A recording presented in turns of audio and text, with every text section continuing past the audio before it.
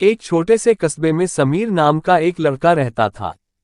बचपन में ही पिता की मृत्यु हो जाने के कारण परिवार की आर्थिक स्थिति बड़ी दयनीय थी। समीर की मां कुछ पढ़ी लिखी थी लेकिन कम पढ़ने की वजह से नौकरी नहीं मिली थी, सो घर घर बर्तन मांजकर और साड़ी बुनाई का काम करके किसी तरह अपने बच्चे को पढ़ा लिखा रही थी। समीर स्वभाव से थोड़ा शर्मिला था और अक्सर चुपचाप बैठा रहता था। एक दिन जब वो स्कूल से लौटा तो उसके हाथ में एक लिफाफा था।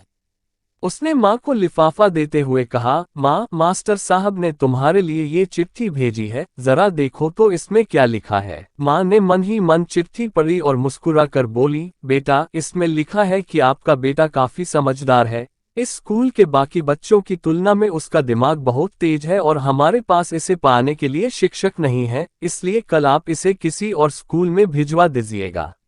यह बात सुनकर समीर को स्कूल न जा पाने का दुख तो हुआ, पर साथ ही उसका मन विश्वास से भर गया कि वो कुछ खास है और उसकी बुद्धि तीव्र है। माँ ने एक अन्य स्कूल में उसका विवरण दिया। समय निकलते ही समीर ने खूब मेहनत से पढ़ाई की और आगे चलकर उसने 9वीं सिविल परीक्षा भी पास कर ली और IAS ऑफिसर बन गया। समीर की माँ अब बूढ़ी हो चुकी थी और कई दिनों से बीमार भी चल रही थी और एक दिन अचानक उनकी मृत्यु हो गई। समीर के लिए ये बहुत बड़ा आघात था। वह बिलख बिलख कर रो पड़ा। उससे समझ नहीं आ रहा था कि अब उसकी माँ के बिना वो कैसे जिएगा। रोते रोते ही उसने माँ की पुरानी अलमारी खोली और हाथ में उनकी चटाई, चश्मा और अन्य वस्तुएं चुनने लगा।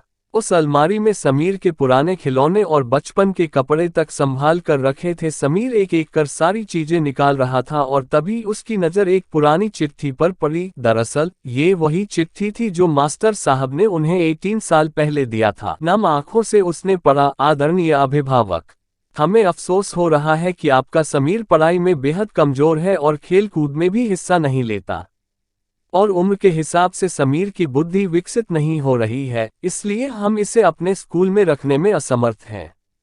आपसे निवेदन है कि समीर को किसी मंदी बुद्धि विद्यालय में कराएं या अपने घर पर रखें। स्टोरी अच्छी लगी हो तो चैनल को सब्सक्राइब कीजिए।